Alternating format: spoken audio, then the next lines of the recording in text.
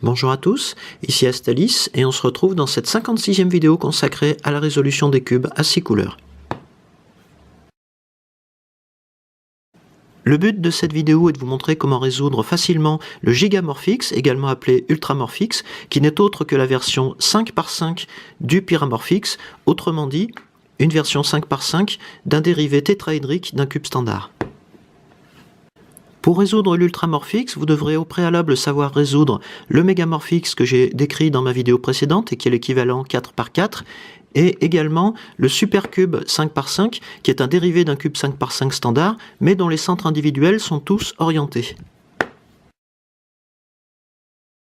Si je décris rapidement le Gigamorphix, on retrouve dans les grandes lignes l'architecture du Mégamorphix que j'ai déjà décrit dans la vidéo précédente, mais on a ici un casse-tête d'ordre pair, puisqu'on compte 5 rangées sur chacune des 3 dimensions du casse-tête, ce qui permettra en particulier d'avoir un centre fixe au milieu de chaque face, ou plutôt de chaque rangée qu'on peut assimiler à une face sur un cube standard à 5 rangées. Comme les autres casse-têtes de la famille Morphix, le Gigamorphix se présente sous la forme d'un tétraèdre, un peu bombé dans le cas de ce 5 par 5, mais qui présente non pas les 6 couleurs habituelles, mais 4 couleurs, chacune correspondant à une pseudo-face du casse-tête dans son état résolu. Ici, on remarquera un détail curieux sur ce Gigamorphix, c'est que si on place par exemple la pseudo-face jaune vers le haut et la pseudo-face verte vers le bas, et qu'on le compare avec le Mégamorphix de la même marque, on trouvera à gauche le rouge dans le cas du Gigamorphix, alors qu'on avait le bleu dans le cas du Mégamorphix. Et les couleurs sont inversées également du côté droit. En pratique, on l'a dit, on n'aura pas besoin de mémoriser ce thème de couleurs, puisqu'on a un centre fixe par face. C'est donc ce centre fixe qui nous indiquera de quelle couleur, ou plutôt quelles 2 couleurs, va être composée la rangée qu'on peut assimiler à une face sur un cube 5 par 5 standard. Pour résoudre le Gigamorphix, on va beaucoup s'inspirer de ce qu'on a vu sur le Mégamorphix, c'est-à-dire qu'on va commencer par résoudre les centres complets du casse-tête, ensuite on va résoudre les arêtes complètes, et on terminera la résolution comme celle d'un 3 par 3 standard. On a vu qu'on avait quelques cas particuliers dans le cas du Mégamorphix, on aura d'autres cas particuliers dans le cas du Gigamorphix, plutôt vers la fin de sa résolution, qui peut s'assimiler en grande partie à celle d'un supercube 5 par 5. J'ai ici mélangé mon Gigamorphix et je vais pouvoir commencer par la résolution des centres complets du casse-tête en prenant n'importe quelle face pour commencer, puisqu'on sait que le centre fixe va nous indiquer quelles sont les 2 couleurs qui vont composer cette face et en particulier son centre complet. Pour commencer la résolution du Gigamorphix, je vais donc faire comme sur un cube 5 par 5 standard, je vais chercher à construire sur une face un alignement de 3 pièces, de 3 centres individuels qui passent par le centre fixe de la face. Pour obtenir un alignement tel qu'ici sur cette face, je dois avoir 3 pièces dont les couleurs correspondent, ici le bleu sur la partie gauche et le rouge sur la partie droite, mais également dont les formes correspondent pour former un tout parfaitement jointif, ce qui est le cas ici. A l'inverse, si je regarde cette face, je constate que j'ai bien des couleurs qui correspondent entre ce centre fixe jaune et bleu et ces 2 centres individuels, mais leurs formes ne sont pas jointives. Ce qui revient à dire que je dois placer ici un centre bleu et ici un centre jaune, dont les formes sont différentes de ces 2 pièces, pour obtenir l'alignement que je veux. Je ne vais pas détailler dans cette vidéo la résolution des centres complets du Gigamorphix, puisqu'en pratique elle est identique à celle des centres d'un supercube 5 par 5, tel que je l'ai déjà abordé dans les vidéos 40 et 50 de cette série.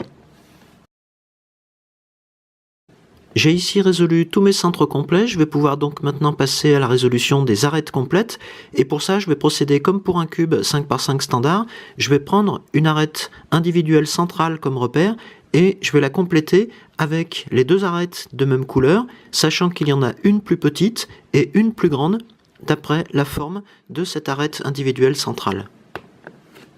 J'ai par exemple ici reconstitué cette arête complète bleue et je vais faire de même avec les autres arêtes complètes du Gigamorphix. En procédant ainsi, on va pouvoir résoudre toutes les arêtes complètes du casse-tête ou s'arrêter sur ce cas particulier où on a l'arête centrale individuelle d'une seule arête complète qui présente une orientation inversée par rapport à ces 2 arêtes voisines. On sait résoudre ce cas de figure puisqu'on a déjà vu l'algorithme de retournement qui permet en particulier de permuter ces deux arêtes individuelles et du même coup de rétablir l'orientation commune de ces trois arêtes. Je vais donc l'appliquer ici sur le Gigamorphix. Donc je commence du côté droit dans cette rangée, vers le bas,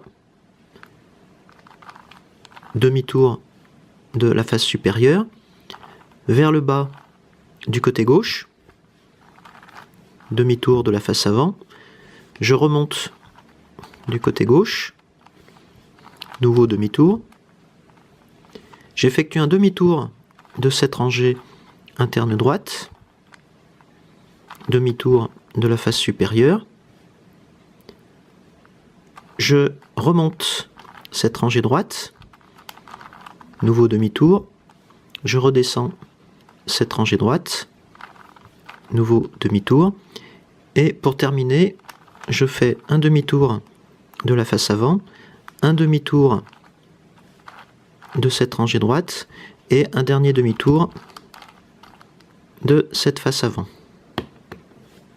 En apparence, on a obtenu ce qu'on cherchait, puisqu'on a ici résolu cette dernière arête complète verte, mais si on regarde la face supérieure du Gigamorphix, on constate qu'on a mélangé des pièces dans ce centre complet, et en particulier, on a permuté les rangées gauche et droite en les faisant tourner chacune de 180 degrés. Et on va voir comment résoudre ce problème qui est particulier au Gigamorphix. Puisque la permutation de ces deux rangées supérieures est la conséquence de l'application de cet algorithme de retournement, on devrait logiquement retrouver l'aspect habituel de ce centre complet de la face supérieure en appliquant de nouveau cet algorithme. Mais avant cela, on va devoir se placer dans une situation où on a une orientation de cette arête centrale inversée, ce qui permettrait du même coup d'obtenir une orientation commune pour ces trois arêtes individuelles et un centre complet à nouveau résolu sur la face supérieure. Et on va voir comment se placer dans cette situation. Si je regarde de plus près le Gigamorphix, je constate que j'ai des arêtes complètes identiques.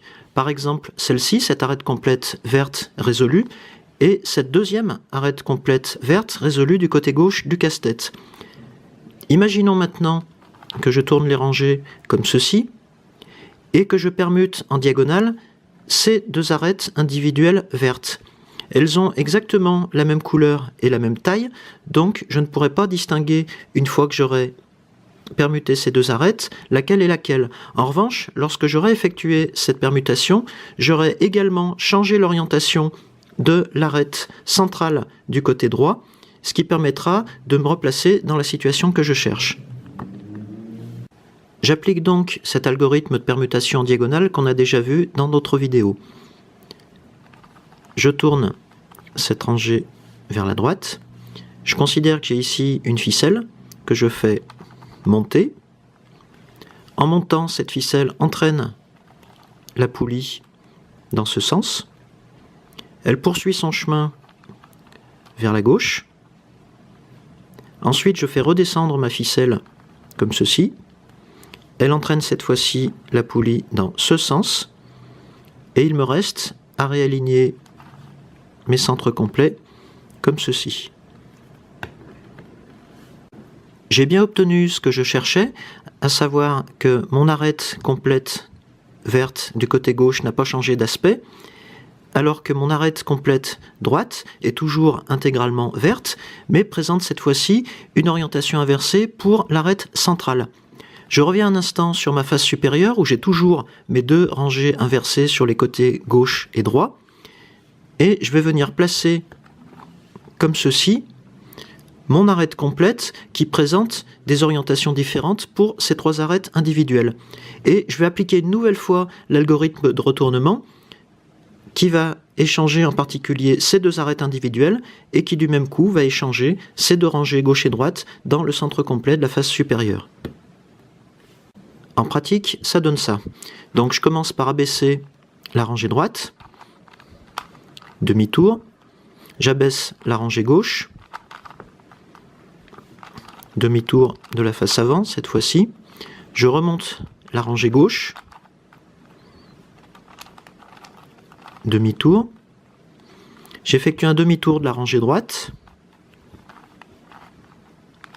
demi-tour de la face supérieure, je monte cette rangée droite, demi-tour, je redescends cette rangée droite, demi-tour, et je termine par un demi-tour de la face avant, un demi-tour de la rangée droite, et un demi-tour de la face avant. Et de cette manière, je vois que j'ai bien résolu à nouveau mon arête complète verte, et que j'ai retrouvé mon aspect habituel sur le centre complet de la face supérieure. À ce stade de la résolution, on a réduit tous les centres complets et toutes les arêtes complètes du Gigamorphix, qui est un casse-tête d'ordre impair, et on peut considérer à partir de maintenant qu'on a dans les mains un casse-tête d'ordre 3, puisqu'il va compter en quelque sorte 3 rangées suivant chacune de ces 3 dimensions. C'est-à-dire qu'on s'est placé exactement dans la situation d'un Mastermorphix mélangé, sachant que le Mastermorphix est également un casse-tête d'ordre impair, puisqu'il a été construit sur la base d'un cube 3 par 3. Donc la fin de la résolution du Gigamorphix à partir de ce stade va être en tout point identique à celle du Mastermorphix, tel que je l'ai décrit dans la 23e vidéo de cette série. Je vous conseille donc de vous y reporter pour terminer la résolution du Gigamorphix.